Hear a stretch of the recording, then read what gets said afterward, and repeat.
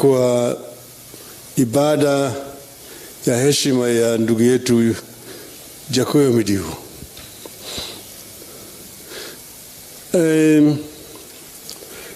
As has already been said, Jakoyo is my younger brother, but is more of a friend than even a brother. Last time I talked to Jakoyo was on a Thursday, and that Thursday we had lost a sister, Jakoyo's elder sister, and that is when he called in the evening, talking, and he told me I have come back into Nairobi. I'm now in Nairobi, and we're going to meet. But he told me that we have had a comprehensive discussion with Dr. Buru, because this month of June we have had several deaths in the family. We had Madaraka Day, a celebration in Kisumu on the 1st of this month. The weekend, that was a Tuesday. That weekend, on Friday, we buried a grandmother, and then on a Saturday, a grandfather. But before they died, we lost an uncle, who was then buried the weekend after Saturday. Before he was buried, we lost a sister, Jakoyo's elder sister. So she was herself buried last Saturday. Now, Jakoyo was telling me that, look, because these tragedies are too many, you have agreed with the Buru that you, meaning myself, I should not attend them because of the risk of attracting so many people coming to the funeral and infections, COVID. So he said that we have agreed that once the situation normalizes, we are going to organize a fitting memorial for all of them. And that was our last conversation with him. I told him I'm going the following day, Friday, to bury Kalembe Ndile, Kibwezi. I will then proceed to Mombasa, and we will meet on my return back to Nairobi. And I told him I'll be coming back on Monday. The Monday when I came, we had not talked, and in the evening, as I was sitting in my office, I got a phone call from my sister, one of our cousins, called Mrembo. Mrembo calls me, and she was sobbing. Then she tells me that, I asked her, what's happened?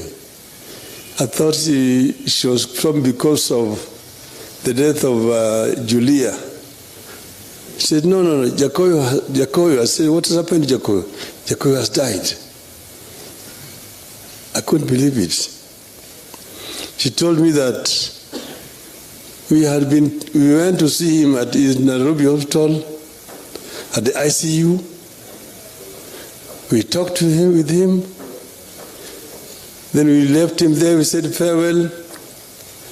And as we walked out of the hospital, a few minutes later, we were called to rush back to the hospital. And when we went back, he was dead. So I rushed to Nairobi hospital at the ICU, and I found Jakoyo lying there. He was actually smiling. And I thought I could talk to him, but he was dead. I didn't even know how to conduct myself. Then we talked to the doctor. So it is a very, very emotional thing for us as a family, losing Jakoyo. Jakoyo was one of us, our mothers. My mother was the eldest. And then we had only one uncle. And then Jakoyo's mother, Margaret, was the last one. But we've grown up together almost as family. In their house, there was an elder brother who was called Oduor. Then followed by Julia Okwero, the one who was buried last Saturday. Then the professor, Jakoyo Midiwo, is called Kingi, because he was born when King George died. Then there was a girl called Akinyi. Then there's Aoko Midiwo Odembo. Then thereafter there's Jalango. Jalango basically in the Luo means Kalenjin. Then there was the Jakoyo. And then after that there was the late Akoth. There were 8, we were 9. But our uncle had 30.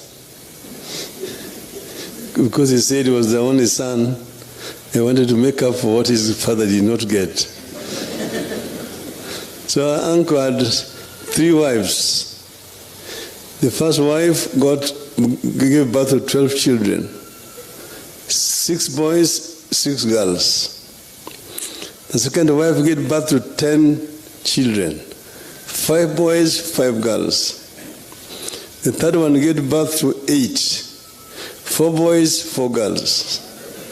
So we ended up with 30 children, 15 boys, 15 girls.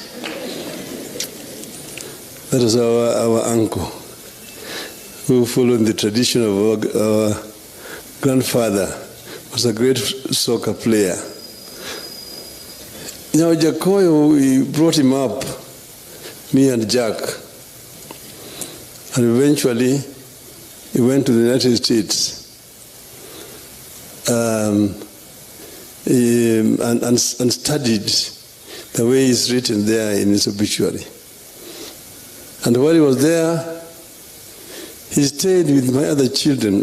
Fidel is the one who brought Fidel from Texas to D.C. Then he also stayed with my other daughter, Rosemary. Rosemary is not here today because she's on a safari out of the country. And lived with them and protected them while they were studying there in the United States.